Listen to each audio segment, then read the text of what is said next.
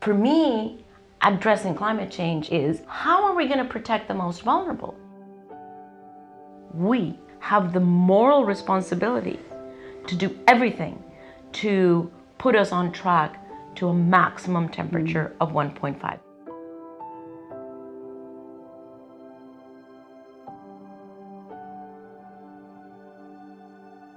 Life is very challenging here.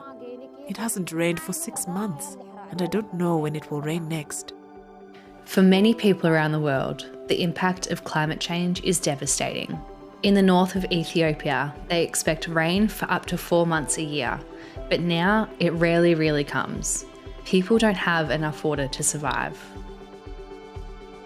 We have no food and are dependent on our livestock for our livelihood. Whenever there is no rainfall, our animals die as there is no grass or water. When it rains, I only need to walk 5 minutes to collect water, but these water sources are now dry. Every night, I walk for 10 hours to collect water from a lake. The length of the dry season is increasing. I worry about my children and my family. I feel worried whenever I think about the future. We are on course for global temperature rises that will put millions of lives at risk as extreme weather events, such as droughts, become more frequent, and it's the poorest who are hit the hardest. But we're at a turning point. Decisions are being made now about how we might build back from coronavirus. Decisions that will shape our economy, society, and climate for the decades to come. As Christians, we have a vital role as we pray, speak out for change, and love our neighbours across the world through how we live.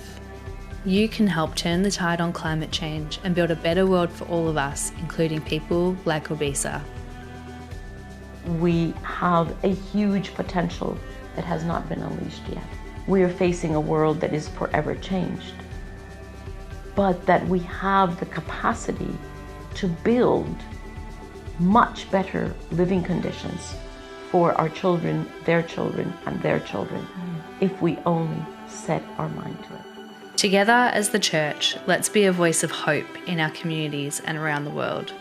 Now is the time to unite in prayer and to start a new conversation. Will you join us?